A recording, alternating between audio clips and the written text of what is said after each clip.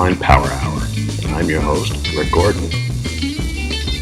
Today's a special episode, so watch as Bob Breedtall and I start a new format and hopefully a bright and shining new future. But we'll be right back after these brief messages.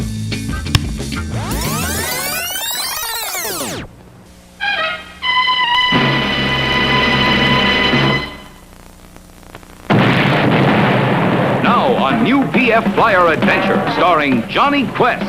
Something was wrong on the volcano. Race was flashing a message. In danger, bring rope. Johnny flashed back his answer with his PF magic ring. Coming! He ran like the wind. Lucky he was wearing his PF Flyers, the action shoes. Only PFs have the action wedge built right in, so you run your fastest and jump your highest. There was Race. In seconds, the red-hot lava would reach him, but the action shoes got Johnny there first.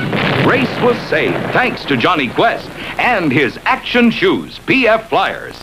Say, boys and girls, want a PF magic ring like mine? It has a magnifying glass, a secret compartment, a message flasher, and a secret code circle. You get one free at the store with PF Flyers. So get the shoes with the PF patch and get your PF magic ring free. Johnny Quest, brought to you by PF Flyers with a magic wedge that helps you run your fastest and jump your highest. PF Flyers by B.F. Goodrich. How much Hot Wheels action do you have?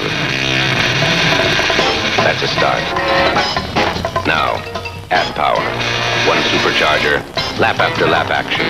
Two superchargers, test your racing skill. And with two-way superchargers, you've got the best Hot Wheels set yet. The most action you can get from Mattel. Hot Wheels, if you have one, you'll get them all. G.I. Joe, fighting man from head to toe, on the land, on the sea, in the air. G.I. Joe attack! Boom, boom! G.I. Joe takes the hill! Bam, bam! Horrific battle! G.I. Joe, fighting man from head to toe. Now a new world of fun with G.I. Joe Navy. You've seen G.I. Joe on the water, G.I. Joe in the water. You've even seen G.I. Joe underwater as a deep-sea diver. But now hear this and see this. The G.I. Joe Sea Sled, the most sensational weapon your G.I. Joe Navy can have. The battery-operated sea sled comes complete with its own frogman. There are simulated harpoons, maneuvering controls, even a radar screen. Diving planes down, and the sea sled dives underwater for a surprise attack. There's never been anything like the G.I. Joe Sea Sled, and you make it. G.I. Joe is the greatest. Nothing else is G.I. Joe. Boy, oh boy, it's a Hasbro toy!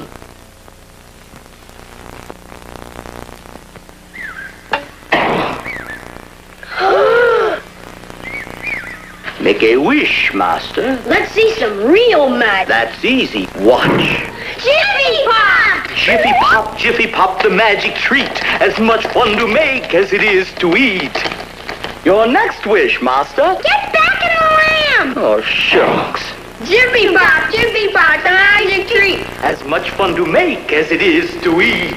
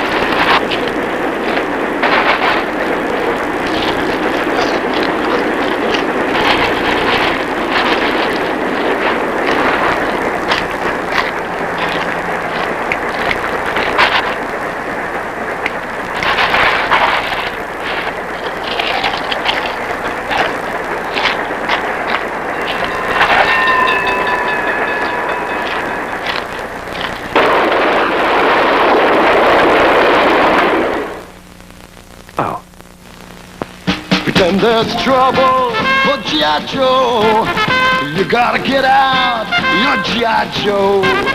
Copter's waiting, time to go. Gotta rescue G.I. Joe. Better move out your G.I. Joe. Mission accomplished, G.I. Joe.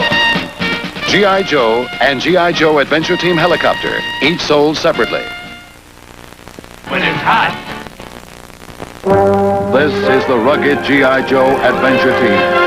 At dawn, G.I. Joe heads across the desert in search of the mysterious missing mummy. Suddenly, an earthquake. No time to lose. Joe must get the mummy out. Can G.I. Joe win his race against time? You find out. The Secret of the Mummy's Tomb, one of the adventure sets from G.I. Joe. And the verdict is? Thunderbirds are go. All right. All right. This is going to be a little different because I'm going to have to do some post-production, but woo, old school. So we'll just show's already in progress. So got to see the old man of the comics this weekend. Yeah. Not in any kind of personal audience, but he was up on stage. Stan Lee. Where did they were kamikaze. Aha. Stan Lee's kamikaze, as they call it. They were hauling his 93-year-old ass up on stage every hour on the hour, it seemed. Oh, no. They have it's one of these cons where it's got the big dealer floor, and there's a main stage at the back of the hall in kind of the center. Mm-hmm. And they do, instead of having a ballroom off somewhere, they do all kind of like the main, these things on this main stage. And there's no seating, so everyone just kind of like mills around in a giant crowd, which is, I'm not a big fan of that. Mm-hmm. But at the same time, it gets a lot of people, like, while they're on the show floor to be able to see it. So, I saw a couple of things that had Stan up on stage, but they were pulling him out quite frequently. Oh, gosh. And then they were having signings, and he would go off, and they had the Stan Lee Museum set up, which is basically every Bowen bust. Mm-hmm.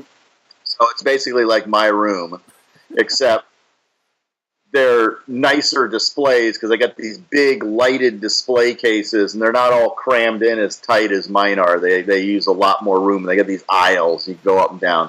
And then they had like all kinds of original art and things like that as well, which is pretty cool to look at. So you can go see that. And it was a fun show. You've seen Stan a couple of times. How did he look? Is time dragging on him? Yeah, he's a little less spry than he once was, but I mean, for as old as he is, he's doing remarkably well, I thought. I mean, he still seems alert, It's like just like any time you've seen Stan in the last 10 or 15 years, I don't know if the guy's got some infinity formula pumping into him or what, but, he's just like, everything's, I won't say rehearsed particularly, but he's got his stock answers and things like that. He was sitting and they're projecting it on a big screen behind him, so he's like, oh, I can't see you. When I turn around to see myself, I just see the back of my head, who's that handsome guy up there on the big screen behind me, and he, he's banter. He was being Stan, so that's always fun for people that, rabid Kirby fans who think he's got horns on his head might not enjoy this quite so much, but I suspect that those people are not at Stan Lee's kamikaze. So is this something new, or is this a yearly thing that I've missed out on? It's been going on for like 3 or 4 years. It's at the LA Convention Center around this time of year, Halloween weekend. I might have to take a shot. I still have to see him in person. I mean, I've seen him from, like a 30-foot distance, but I would like to, Well, I mean, and that's what I didn't like fight my way to the front of the crowd, so I was about 20 or 30 feet from the stage, and the things. And, then they had the autograph opportunities where you pay whatever ungodly amount $60 to $100. I don't even know. I mean, I'll conjecture there was probably at least $60 to get his autograph. Mm-hmm. But I mean, I've got several Stan autographs, and I don't need to pay $60 to get another one. I want him to autograph my copy of Millie the Model.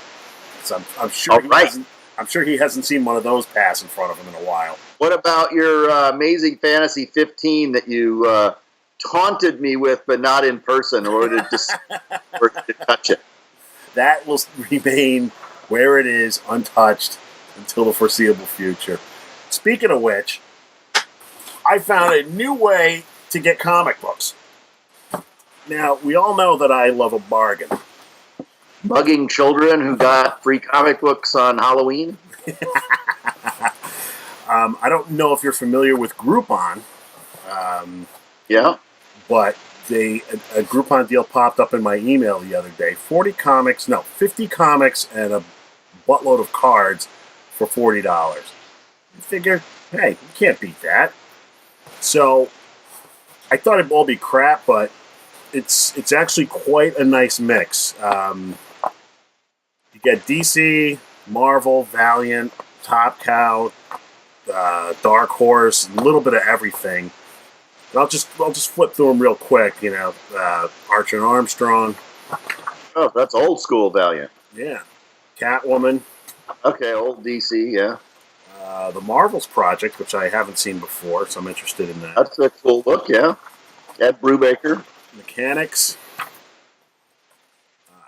Savage Hawkman. Ooh, okay. The obligatory X-Men. Yeah, that's Marvel Knights X-Men. Ooh, nice. Shadow, yeah. Book I've never heard of. The Rapture. Or is it just Rapture? That was a good book. This one by Moonstone, company I've never really heard of. Sheena. Yeah. You have yet to show a book I don't have. That's my objective. Huh? Got that one, yeah? Oh, boy. I like that. That's P. Craig Russell, right? Yes. How about Gold Digger? Yep. Fred Perry, yeah. Of course. Must have that. Yeah. X-Men Legacy, yeah. Phantom Stranger. Yeah. Now that X-Men Legacy, I don't know if I have rescued that from a dollar bin or not yet. That's probably fairly recent. Groupon apparently has been rescuing a lot of books from the dollar bin to send out.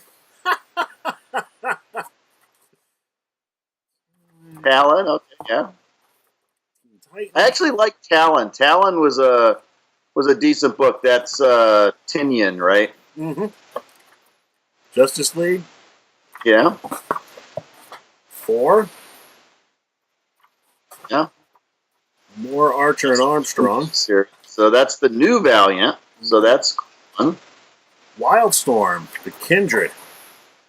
I'm sure that's like a 90s or maybe early 2000s. Let's take a look. I have that, and I don't remember anything about it, which is usually not a... It means it's a middle-of-the-road book. I mean, I don't remember it as being particularly bad, but I don't really remember what went on in it either. 2002. There we go. Las Vegas, all right. Jim McCann. More Justice League. Yeah. Beauties. Yeah. That's another early 2000s Marvel. Yeah. Yeah. Homecoming. Ooh, here's a nice one. Predator. Cold War, yeah. Ooh, a #1 book. Crime, all right. I love that. I love those Malibu Ultraverse books. Phantom Crime. Lady. Phantom Lady. That's the Jimmy Palmiotti one, isn't it? Mm-hmm. Outer Orbit. Now that one I might have. That one seems unfamiliar to me. It's 1 of 4. Outer Orbit. 2006. So they're all. It's a good representation of the previous decade, I'd say. Yeah, I mean those things are great. Oh, that's good, Obergeist. I like that. Indestructible Hulk. That's Mark Waid, right? Mm-hmm. Trinity of Sin. Yeah. Nightwing. Very recent one. Yeah, that's the new 52 Nightwing. New Warriors. Yeah. That's a lot of books. Yeah. This I never even knew about. Night Force, Gene Colan. Marv Wolfman. That's some good stuff right there. Baron Winter. Tommy, I remember we're talking about that one. Okay. Mystic. I like Mystic. That's a cross-gen comic. Here we go. Fantastic Four. Yeah, that's when T'Challa and Storm are in the FF. What is that? New Warriors again? New Warriors, and wow, Dark Horse strikes again.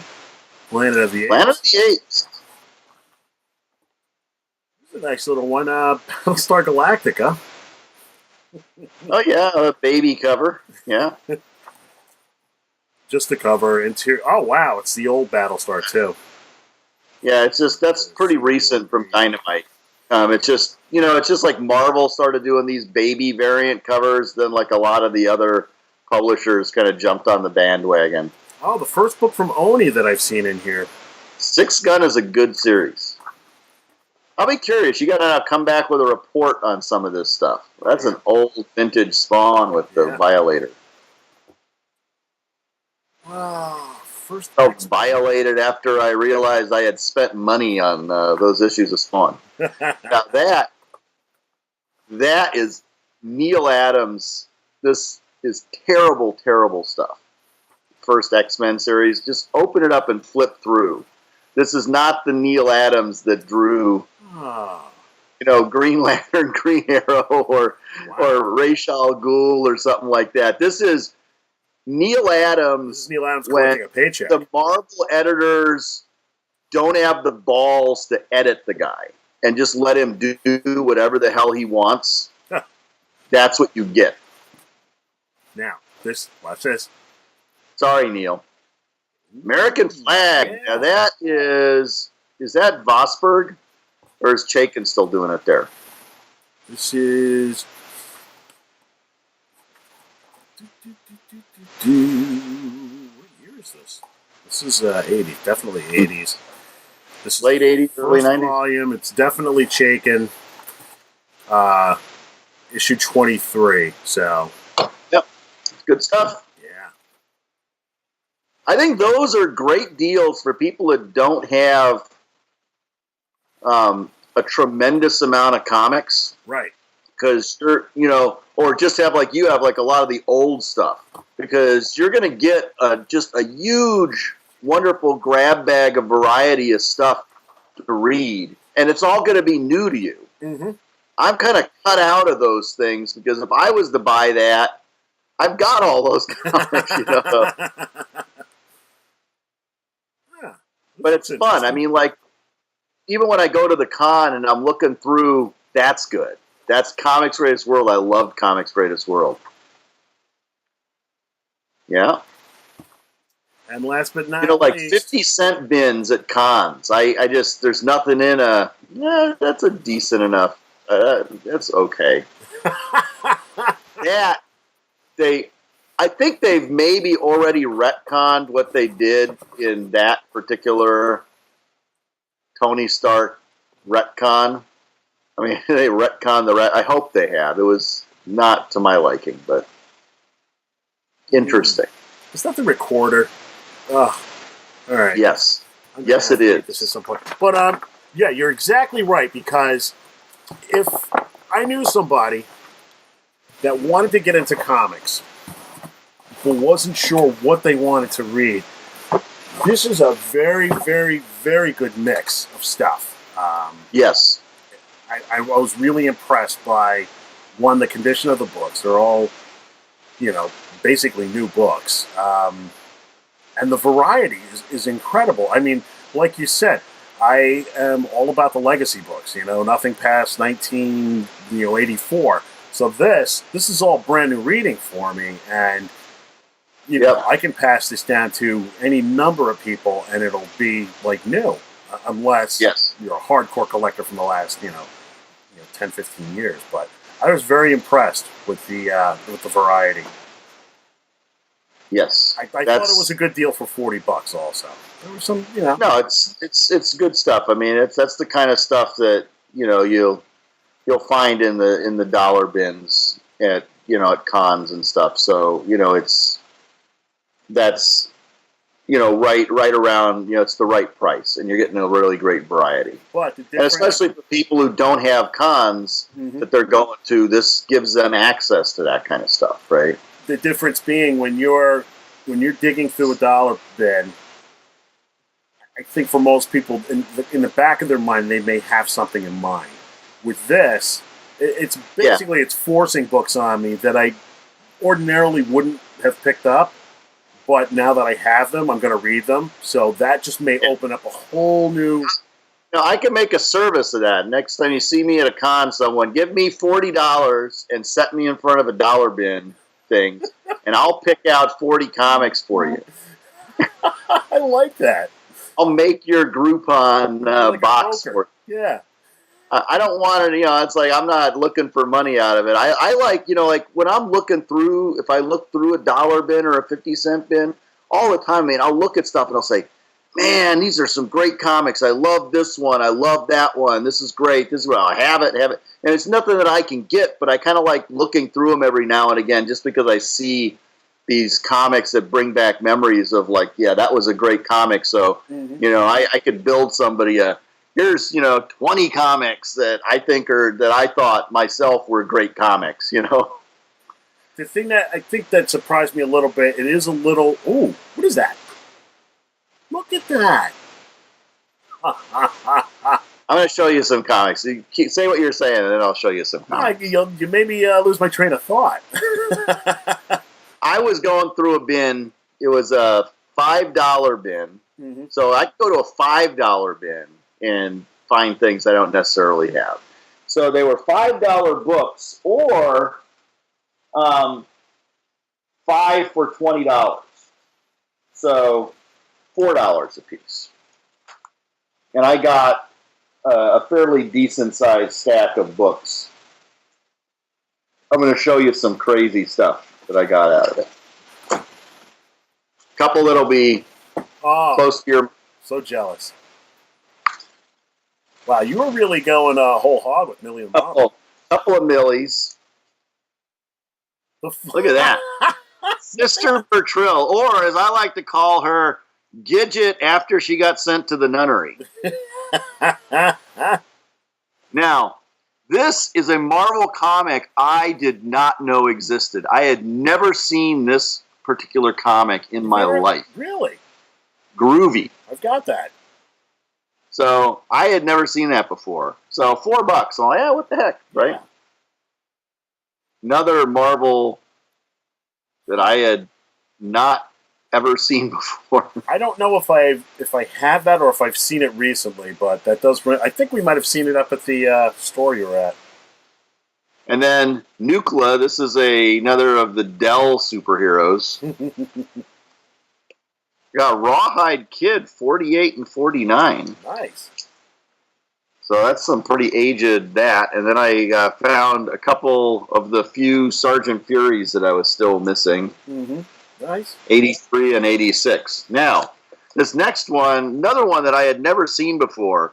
But little did I suspect that Lamont Cranston's greatest villain was actually the folks at Archie Comics. Because look at what Archie Comics did to the Shadow. Wow.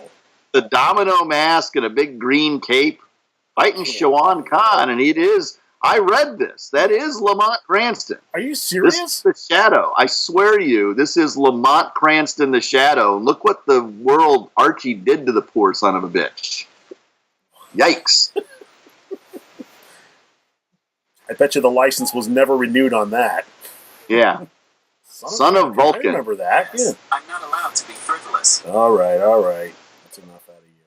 Undersea Agent. Undersea Agent. So I got some others besides that, but those are the more interesting ones. I picked this one up today on my way out of the show. Oh, nice. $12. There's something magical about the Treasury editions. I don't know what it is. I always felt like you were getting your money's worth and then some with those books. Yeah. Now this one, this was in the $4 bin also. This is remarkable because I don't know if you were reading FF at this point. I remember distinctly buying this issue. I bought it on a trip from California to Chicago. We used to go back to Chicago pretty much every summer. Mm-hmm. And I remember buying it at a Stuckey's somewhere in one of the drive-through states. Or they call now fly-through states, you know. It's like, but we always drove. So, what was and the story the thing with, well, it's kind of Mole Man stuff, but here's the thing, and I'll take it out of the bag. The reason that I bought it is, I mean, I have it in my collection, but this particular issue has this cover stock insert in the middle.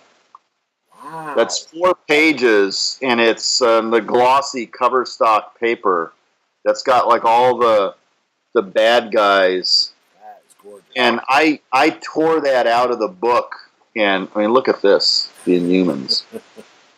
I had taken this out of the book, and I think I stuck it up on my wall or something. So, you know, it's torn out of my copy. I don't even know if it's in my copy that's in my collection. So for $4, you know, being able to pick that up with the insert intact was great. Well, plus the memories, too. So, you know, that's the kind of thing where it's like, man, I absolutely remember that particular comic. So that was fun. I started reading FF with the Gregory Gideon story. Actually, the second part of that. I think that's probably somewhere in the 130s.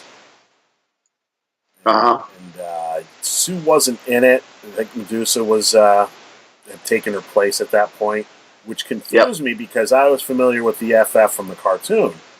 Right. It kind of freaked me out a little because, you know, superheroes don't get separated or divorced. Well, what's going on here? You know, and that hooked me. That hooked me to that book. The way that the death of Gwen Stacy hooked me to Spider-Man, Sue and Reed being separated hooked me to the FF. And each pivotal book had its moment. Like, I think Thor was on some quest, and he's in outer space on a big Viking ship. In space. That blew my mind. So that hooked me. I remember that was one of the first issues of Thor I read. He was out in space, and it was like the recorder was with him. Man. Yeah, you know, the guy was shooting heat and cold blasts out of his hand. Yes, that's the one. Yeah, that's one of the first ones I remember. Yeah.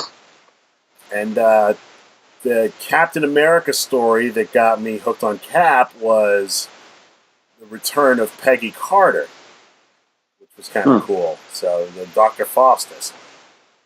I like Dr. Faustus. Yeah. I'm going to show you a couple of sketch covers I got now. Really? Ah, nice. So, you know, that's Superior Spider-Man, so it's really Doc Ock. So he drew a Doc Ock in the back. And then I'll take this one out of the bag. It's not tape. So.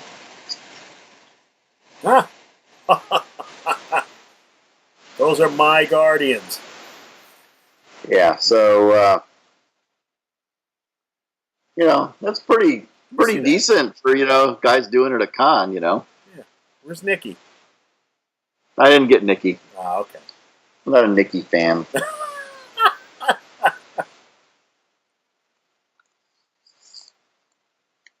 So, anyway, this guy is Andrew Day, who did the Guardians, and Ray Anthony Height did the Spider-Man.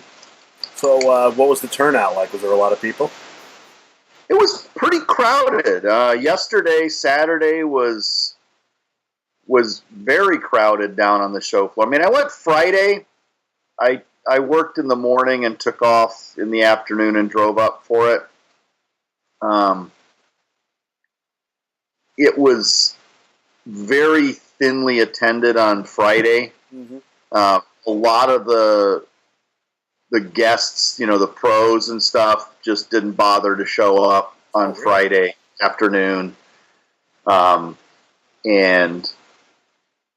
it's like, because it's in downtown LA and it's Friday afternoon, and with LA traffic, I mean, unless you're already in downtown LA, like, they opened at 1 o'clock, so I just took off and I was up there at noon, so I didn't hit any traffic when I went up. But, you don't get off of work or just leave a little bit early at 4 o'clock and just drive up to downtown LA on a Friday.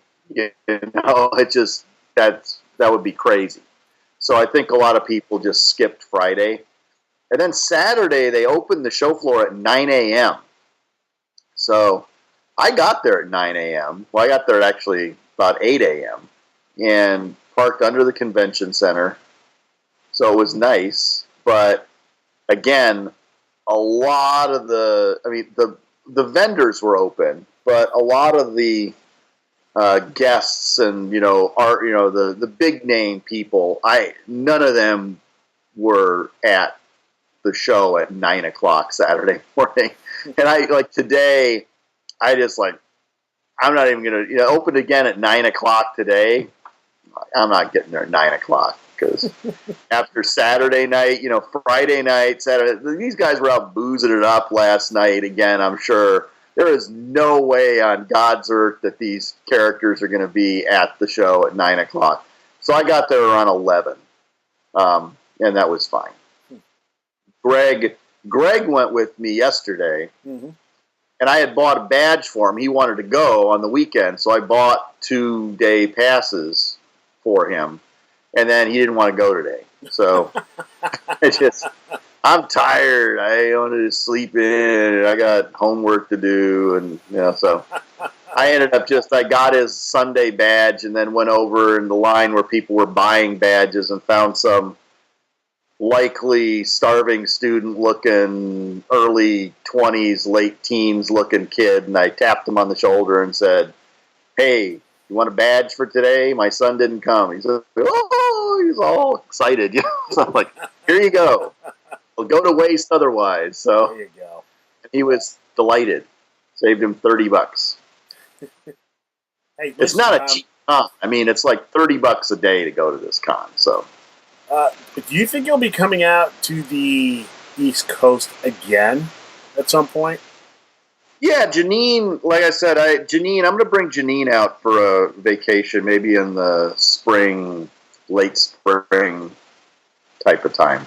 Any chance of you getting up in this area? Well, we're going to go to New York. I don't know. Yeah. I don't know if I'm going to go up to the Fleet or not, but. Well, the next time you're here, I met this guy years ago. He has big sales at his house. He goes up and he buys up people's collections, and he's just got this massive collection. He's got everything. And I wanted to bring you there, when you were here, but I couldn't find his number in time, and it was getting late, and he had a lot of other stuff to do. But, yeah, if you're ever in the area again, I talked to him. He wants to meet you. Okay. He's bragging about his collection being bigger than yours, so, whatever. But if he sells books, then he's not. That's what I mean. Is that a collection or is that inventory? Right, exactly. But he's he's digging up a bunch of Millie the Models for me, so. Well, see, you'll already rampage him of all the good stuff. Here, Bob, you can buy all the stuff that you've already got. So he just goes around buying collections, and there's a lot of guys like that. I mean, but that's not. I mean, it's kind of different. I mean, if he wanted to, he could always apply to Guinness for a record, but those guys, they don't want to go to the trouble, right? I don't think he was. It was just I know, but I know a guy here who does that, Mhm. and he just buys up collections, but he's pretty much more upfront. He's like, yeah, I'm buying up collections because I've got money now. And when I retire in another 5 years, I want to open a store. Oh, okay. It's kind of like building up stock. And he's like, but he said to me right out, he's like, but I don't have a collection like you do. I'm buying inventory. I've got 300,000 comics, but there's duplicates in there, and it's not a collection. Mhm. It's store inventory. It's funny. A lot of the stores around here have really backed off of the back issues. And the few that they have are, mainly the last 10, 20 years. I knew of one guy who that's all he sold was back issues, and it was all Bronze Age stuff. But he just got tired of the business and just stopped. Yeah, I think if you really want to make it on back issues, you have to have a wider audience. So you either have to be willing to truck the stuff around to conventions, which is a very backbreaking business. Yeah. Or you need to get and be selling them online. You need to build up an eBay store or get on like Comic Collector Live or get your own website or something. And, because that will give you access to the world as your audience for that stuff. Or and if you really want to sell the stuff, that's the way you need to do it. The way this other guy I was talking about, Don, he has shows at his house. He's basically turned his basement into the store, and everybody he meets, if he overhears somebody talking about comics, he'll get their name and he'll get their email address, and he's very good about being proactive and going out and getting the customers. And he has shows, every couple of months, and he seems to be doing well because I think that's all he does at this point. I don't think he has a great job. But even so, I mean, that seems like just like people who are in upstate New York. I mean, maybe there's, if he can make a living off of every couple of months having a sale to the collectors in upstate New York. He could be doing it all the time. Maybe he's retired and just doesn't does it as like a side thing, right? Well, he used to go around the local cons, but like you said, he got tired of just hauling the long boxes all day long. So yeah, I mean, that's backbreaking labor, man. You gotta really be dedicated to do that kind of stuff. Well, that, or you have to have two sons in their 20s. That's right. Well, that are willing to do that sort of thing. I would fail the second part of that. I could get them to carry box from upstairs to downstairs, but I don't think I'd get them to, come to a show and carry 40 long boxes around or anything like that. I have to incentivize it. I'll buy you pizza, guys.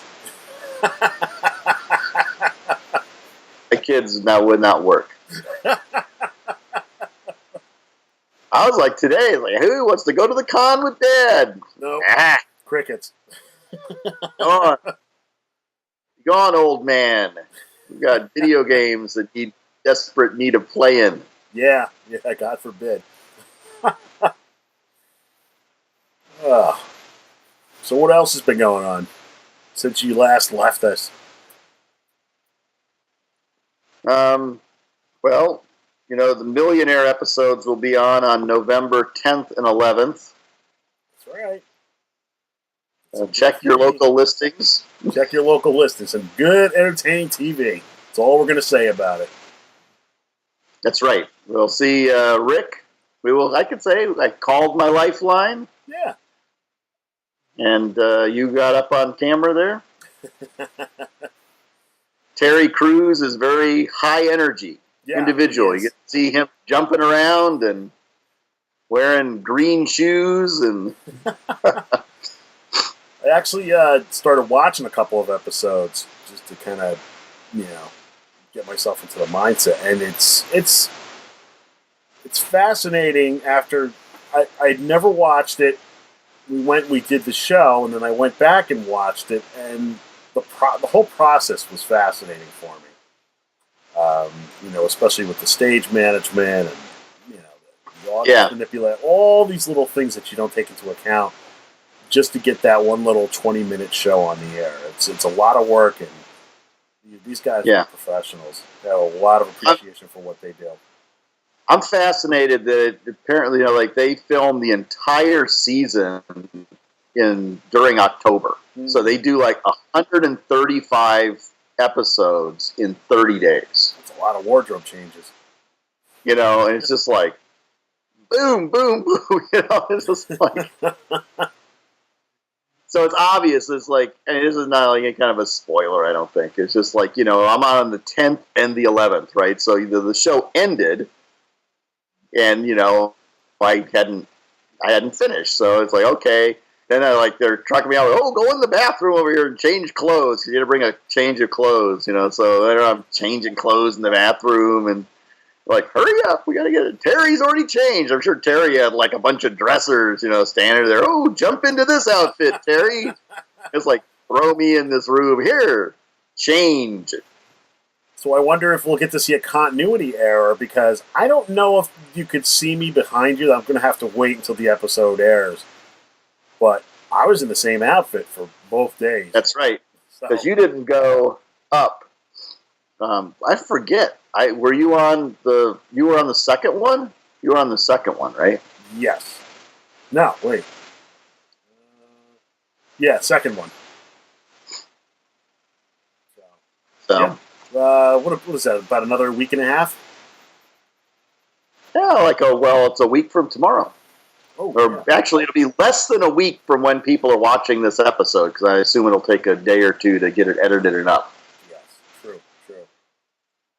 Yeah. So November 10th and she wanted to know everything, and I was like, Mom, I really can't tell you. I'm very strict NDA. She said, I know, but I'm your mother. It's like, that doesn't change the fact that I can't talk about it. Yeah.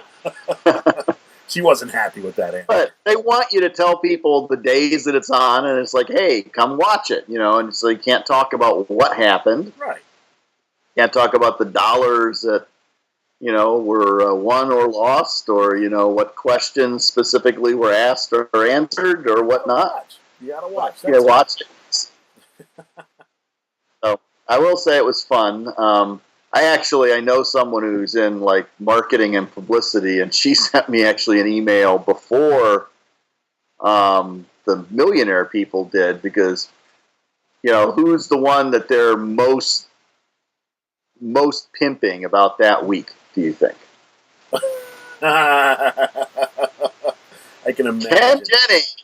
Yeah. From Jeopardy. See the Guinness week. We'll have Ken Jennings on the show, and he's going to be on, and she like sends me this, and is like, hey, he on the week that you're on? This is the week that you guys are on. And I'm like, I haven't heard anything from. And then like the next day, I got the email from official one from the publicity people. And then I sent that to you. Mm-hmm. So I was in touch anyway. with Susan, and she had sent word that she had gotten hers, and she had asked if we had heard anything. So you're just like you're buddies now with Susan, huh? She is going to take us places with this podcast thing that we're doing. Hopefully. That's right. Hi, Susan. Adam Warlock. Be nice if we could monetize this so we can get a little bit better equipment, so we won't have all the technical issues that we seem to go through. But we'll see what happens. We'll play it by ear. You want that mad Millie the money, Millie the model money. Millie the model. That's the. I want this. Millie kind the of model money. I want Trump Donald money. Trump money. You can get a toupee. So, what did you think about the extended Avengers trailer? I don't know which one. I only watched one. I saw the one with the hammer sequence. Yeah, that's the one. Yeah, I liked it. I'm getting really excited about this movie. I watched it once. I don't watch that many. I try not to just watch too many trailers before I see the movies. If everyone's talking about it, I went out on YouTube and found the trailer and I watched it once. I said, that was cool. But I always wanted to see the movie. The only comic book movie that I have completely no interest in seeing is the Fantastic Four movie. And that's only based on just like the seemingly questionable choices they've made to date in how they're handling the characters in the story. Yeah, they've veered off course greatly, it seems. But even that, while I'm not excited for it at this point, when the trailer comes out, I'll go, I'll look at the trailer and maybe they'll change my mind. Maybe not. I just heard too many things, but you never know, what the actual movie's going to be like. I went to a panel yesterday at Kamikaze, and it was called The Death of Superman Lives. And it was about the Superman Lives movie that, Kevin Smith wrote the original treatment for. And Tim Burton was supposed to be making. Nicolas Cage was cast as Superman. They've done this documentary about that movie and how it came about and how it died its horrible death and was never made. And Kevin Smith actually came up and he introed the panel. Oh, cool. And, so he was up there for a couple of minutes, maybe 5 minutes talking, and then he turned it over to the filmmaker who did the documentary. And over the course of it, he showed this extended clip from the documentary where they were talking about this resurrection suit that was apparently one of the big things on the internet where everyone was deriding the movie because of this suit, and it didn't look like the Superman suit, and it was weird, and all this kind of business. And it was like, they're talking about it, it's like, because this was like, basically it's based on the Doomsday storyline from the 90s, where Superman dies and he's resurrected and all this. They're like, that leaked stuff, it was like the resurrection suit. It's like when he was coming back to life, you were going to see it on screen for maybe a minute when he's coming out of a neutrino bath, and, it had like these flashing lights on it because it was supposed to be like energy or life force flowing through it or something. And it's like, people got pictures of it out of context and they like blew it out of all proportion. It's kind of like when Michael Keaton was originally announced for Batman. They're all like, Mr. Mom is going to play Batman, That, yeah. He's too short. You never know with these things. I mean, so right now I have absolutely no interest in that Fantastic Four movie, but by the time it actually comes out, maybe it'll be good. Who knows? It's like, it couldn't be worse than David Ogden Stiers as the Martian Manhunter. I was just kind of looking at the Marvel's roadmap for the future, and we're going to have a lot of movies between now and the end of the decade. I tell you what, if you found any Ms. Marvel comics, man, they already have jacked the price of Ms. Marvel #1 up. Like the con was like $80 for Ms. Marvel #1. These dealers, like the second a movie is announced, they like are just like got their price guns out, and it's like times 10, putting prices on everything. Like, oh, they're going to do a Black Panther movie? Oh, everything that had Black Panther in it is now 10 times more than it was 2 days ago. And they'll just like see who gets so excited about it and wants to pick it up that they'll like lose their mind and pay these insane amounts of money. It's just like, I'm glad I have all those books. It's like, Ms. Marvel, $80. So is it going to be Ms. Marvel, Captain Marvel, Binary, Warbird? Captain, I guess. Captain. Well, it's Carol Danvers. Okay. Captain Marvel. So it's going to be, the book that's kind of the first in costume one is that Ms. Marvel #1 from the 70s. Mm-hmm. Should be interesting. We were like, over dinner last night, we were all talking about what would possibly be the, next book to just insanely escalate in price. It's just like they haven't announced a movie. I think, personally, if I was a speculator, which I'm not, but, might help you, She-Hulk #1. Ooh. She-Hulk has not yet been announced for any movie. She hasn't been in any movie, but she's been in the FF. She's been in the Avengers. She-Hulk #1 from 1977 was the last character at Marvel created by Stan. Stan wrote the first issue, and John Buscema drew the first issue. You know, so you're talking about it's probably like the last Stan Lee key issue. Wow.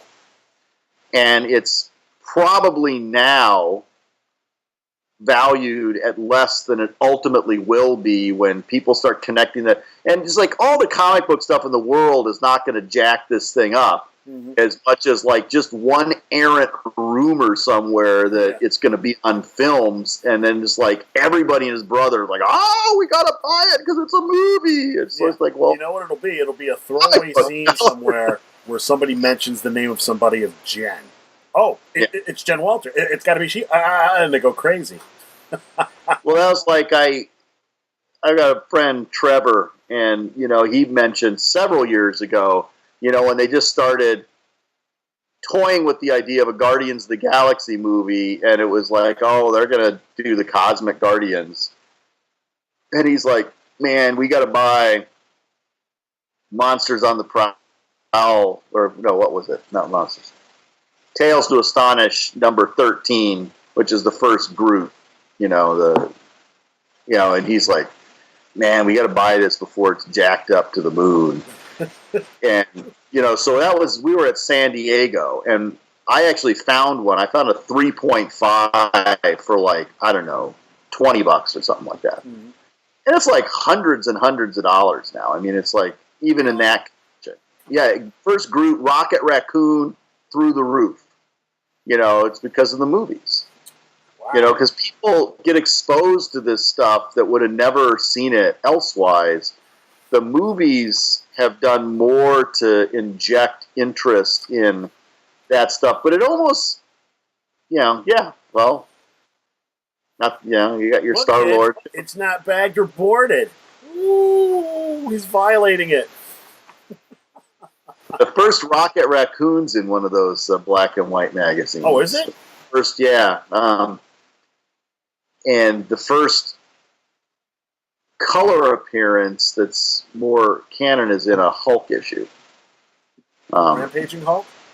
No, a regular Incredible Hulk comic. I forget which one off the top of my head. But, you know, it's just, again, skyrockets. You know, it's just crazy. But, you know, people get interested. That's why I was kind of working on my Tales to Astonish Ant-Man stuff, because before that movie comes out, even though it's not the same thing at the con, you know, those Marvel premieres and, you know, all the Scott Lang Ant-Man stuff, big bucks. Really? I mean, oh, yeah. $100, you know. All right, so do these prices, do they sustain, or do they must level off at some point after a couple of years, I would think?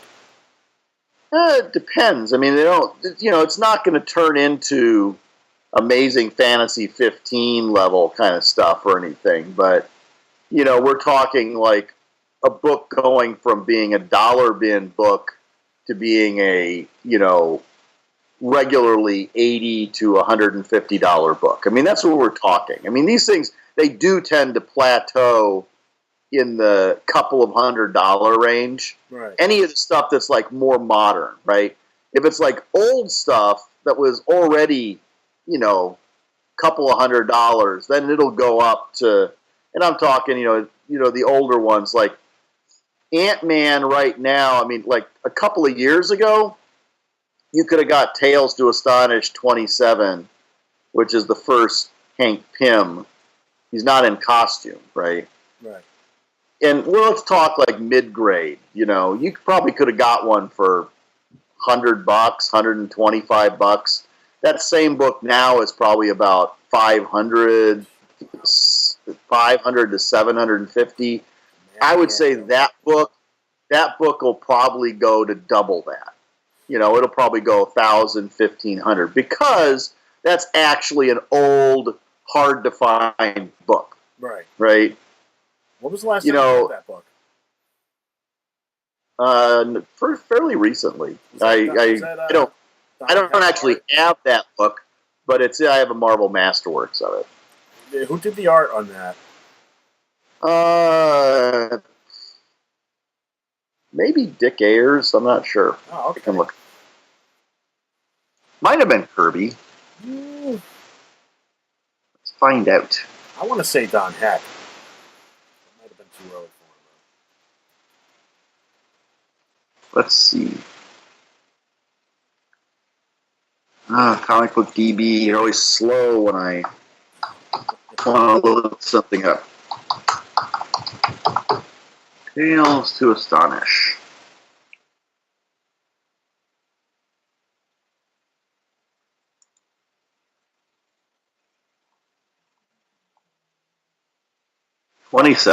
January 1962, 2 months before I was born.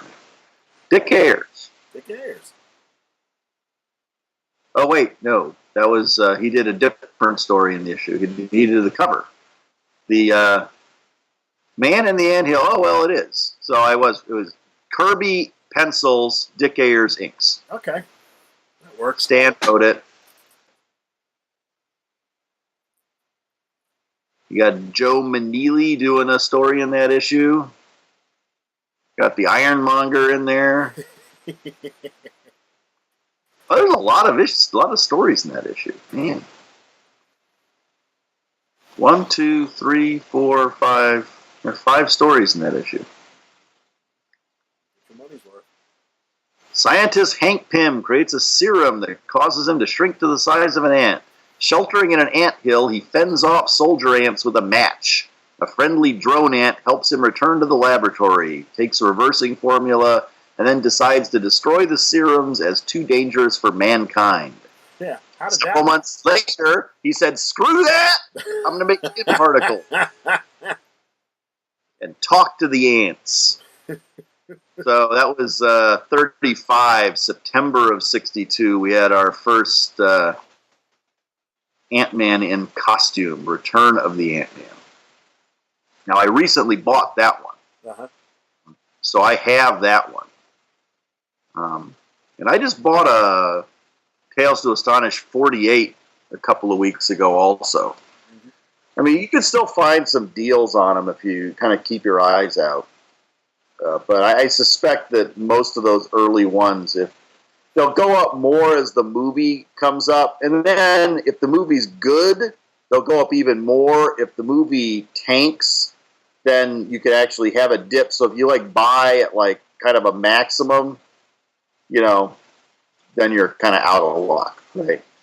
But the thing on a lot of these books, like these old ones, like these that are from 62, they're over 50 years old. So you're not going to find that many that are in really sharp condition. Right.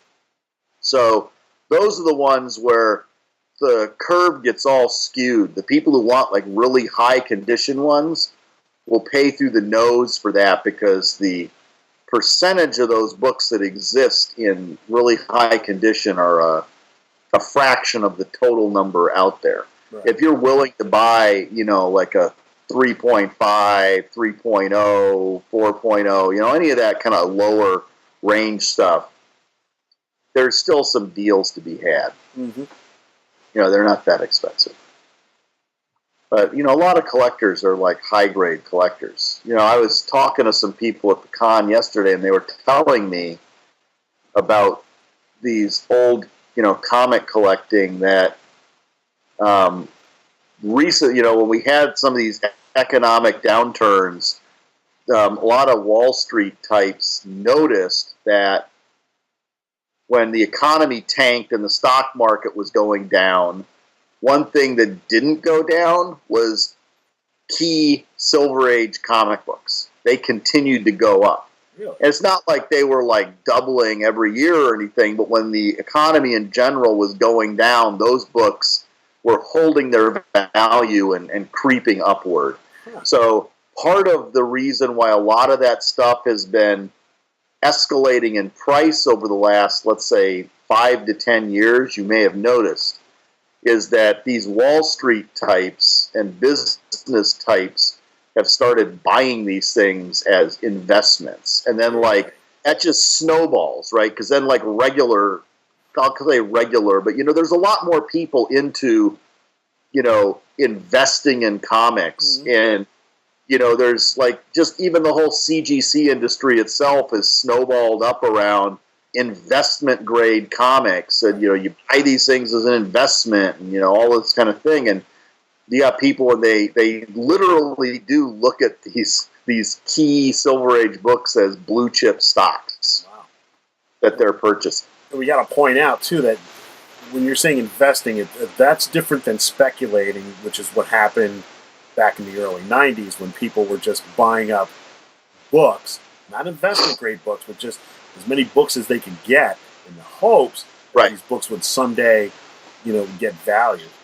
Now, speculating, that is when people go and buy up a book that came out last week,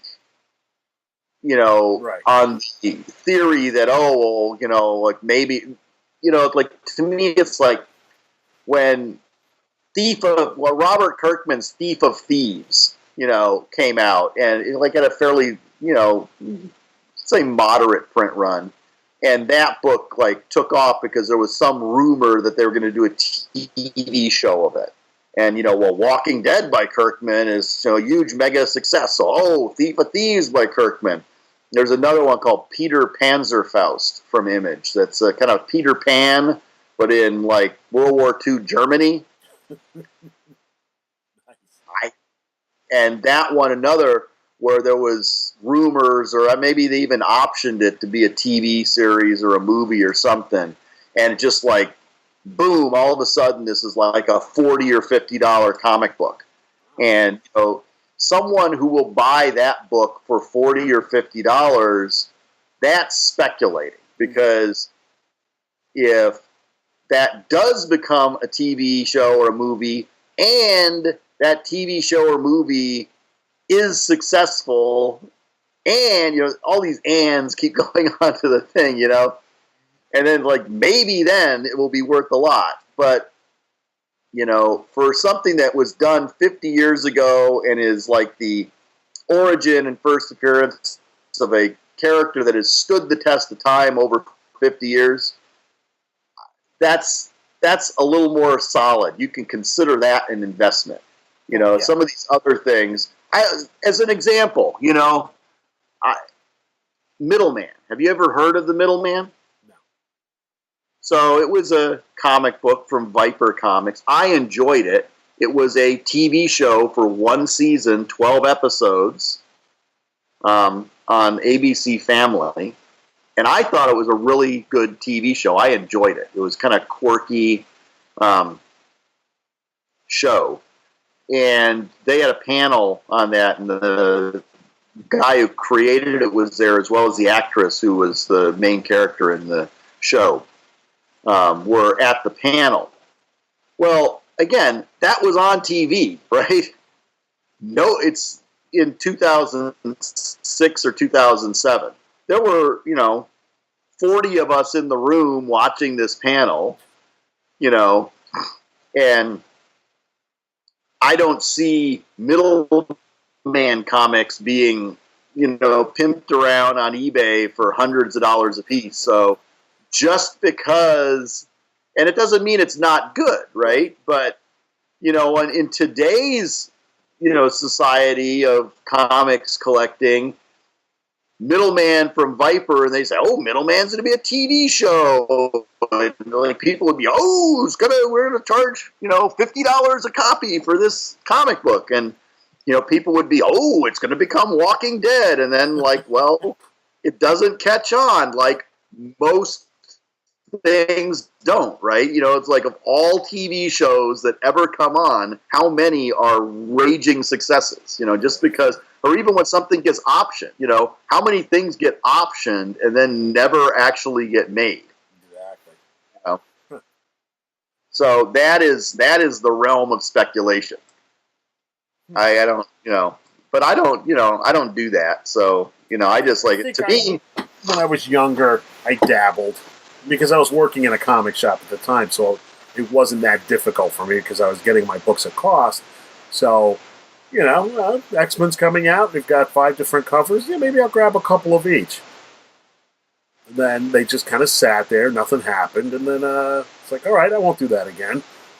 And, this has got a hologram cover. Yes, so what? Yeah. This one's die cut. I don't care.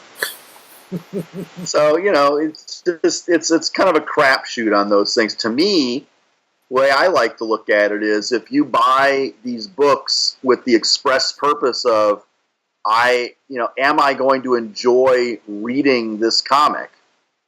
You will always win. Right. Because you at least got to read the comic that you like to read, and it's like if they go up in value, then that's a extra added bonus that you got out of that. Mm-hmm. But if you bought it because you wanted to read it and you enjoy it, then, to me, it's like if I buy a $4 comic book and I feel that I got $4 of enjoyment out of reading it, then all is right with the world, and it's like if it subsequently becomes worth a lot of money, well, that still doesn't make any difference to me because I'm personally not going to sell it. Right. It'll make a difference to the boys, at some point when they're like, sale at Dad's house. 5 cents. We got to pay for the home that we put him in. $20 a box. It's yours. Yeah. All right, let's wrap this up. Those 90s black and white comics. Here you go. It's a cold winter kindling.